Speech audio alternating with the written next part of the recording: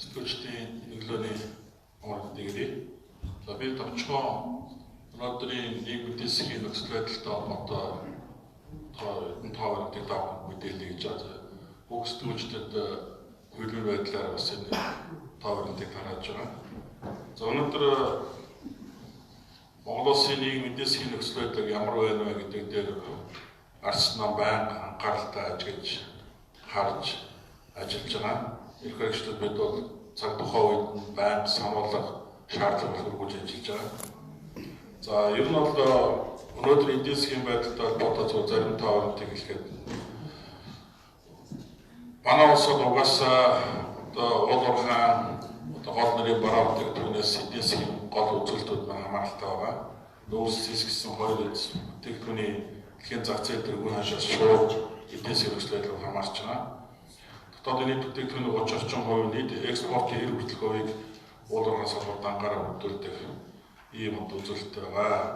За 2013 онд засгийн баяжмал $948 сая орлуулж ирсэн бол 2018 онд орлуулалт нь $2 тэрбум төрж даруй 2 дахин өссөн ийм үзүүлэлттэй байгаа.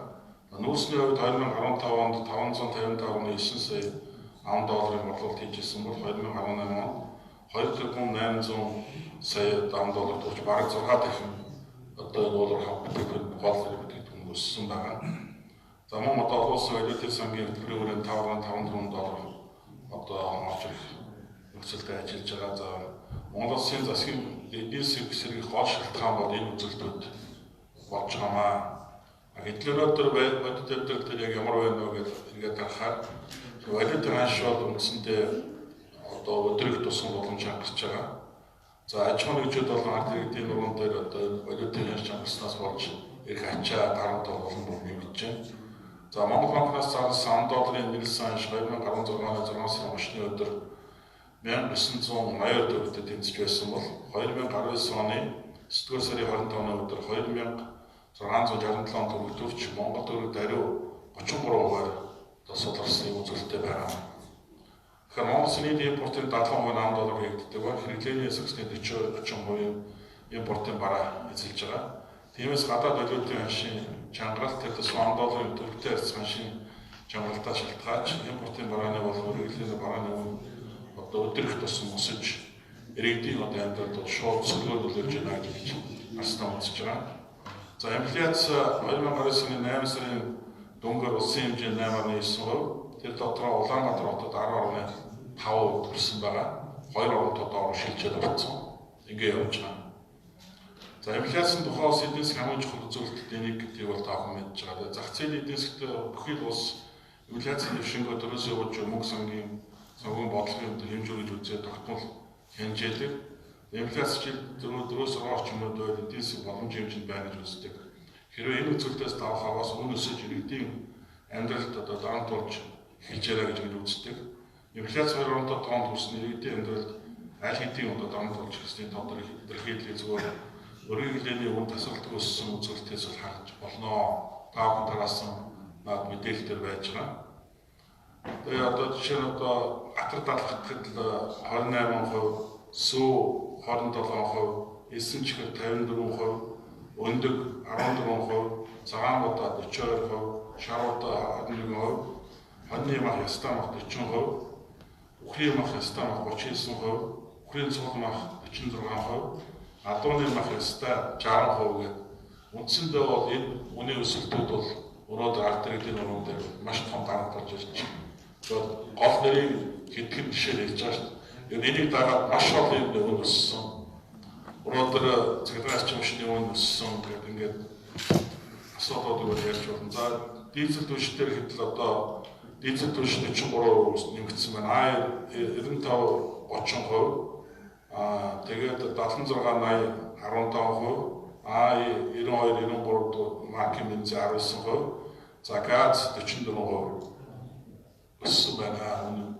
Энэ одоо өнөө өсөлттэй энэ бүх юм бол өнөөдөр одоо ард иргэдийн нуруунд дарамт болж ирж байгаа. За сая хэд хоногийн өмнө Монгол Улсын ерөнхий сайд одоо түүхэнд байхгүй ховор мэдээлэл хийлээ. Нийт одоо өнгөрсөн 3 жилийн хугацаанд 601 одоо нийгмийн чиглэлийн барилга байгууламж барьж ашиглалтад болсон гэж мэдэгдсэн. Гэтэл одоо бид яг бодит байдал дээр 17-18 оны хөрөнгө оруулалтын одоо тайланг дээр суугаад яг нэгтлж үзлээ. Энэ одоо яг хэдэн одоо барилга байшин болсон юм бэ гэдэг. 17-18 онд нийтдээ 108 барилга байшин барьж ашиглалтанд орсон байна. 108. 19 оны гүйцэтгэл гараагүй байгаа. Тэгэхээр ингээд 600 одоо нэгээс 108-ыг хасгаасаа 500 барилга байлаа. 500 барилгыг одоо 19 онд барьчихгүй бол энэ 601 барилга гэдэг бол энэ үлгэр хий хоосон тоо ерөнхий сайд байна. Ард түмэндээ хэлжээ. Одоо сүүлдээ бол энэ хотлоо ярьж одоо Монгол Ардын нам амлалтаа биелүүлсэн мэтээр олон түвний тархийг угаах гэж оролддог ийм оролдлого одоо хэлж байна.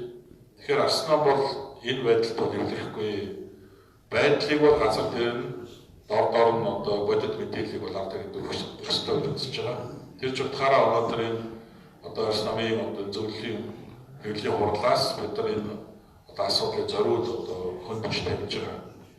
Тэгэхээр та бүхэн одоо мэдж байгаа шүү дээ. Үндсэндээ энэ сургуулийн байдлаар гэхэд 17-18 онд нийтдээ нэг 29 сургууль барьсан байна. Барьж ашиглалтанд оруулсан байна. 47 цэцэрлэг барьж ашиглалтанд оруулсан байна. 17-18 онд ч 2 жил. Дотор байр 9-ийг барьж оруулсан байна. Соёлын барилга байгууламж 9-ийг барьсан байна.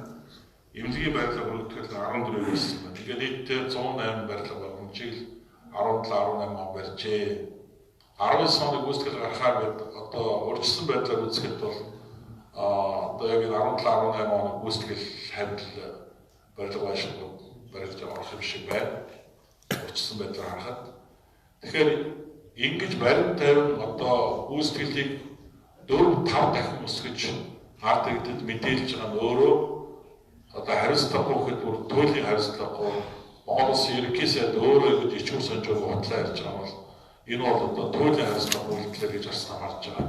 Тийм учраас бид нар ерөнхий сайдад энэ одоо алдаатай буруу мэдээлэл хотол одоо энэ одоо сурчлагын явуулж байгаа ажиллагаа даруй таслан зогсоож иргэдэд бодит мэдээлэл өгөх ялангуяа нийгмийн эдийн засгийн нөхцөл байдлыг иргэдэд бодитоор мэдээлж авах үүргээ биелүүлэхийг бол ерөнхий сайдаас шаардж байгаамаа. Тэгээд өнөөдөр энэ талаар та бүхэнд тооч мэдээлэл хийж байгаа. Тэгээд таавт хараасан материал дээр одоо нийгмийн эдийн засгийн нөхцөл байдал хөрөнгө оруулалтын гүйцэтгэл өдрийг бид одоо тоог гаргаж мэдээлэлд өгсөн. Энэ тоог судалж үзээ. Шаардлагатай бол холбогдох яам агентлуудаас энэ мэдээллийг нягтлаад шалгаад бодит мэдээллийг иргэд олон түмэнд өргөхийг та хүсэж байна.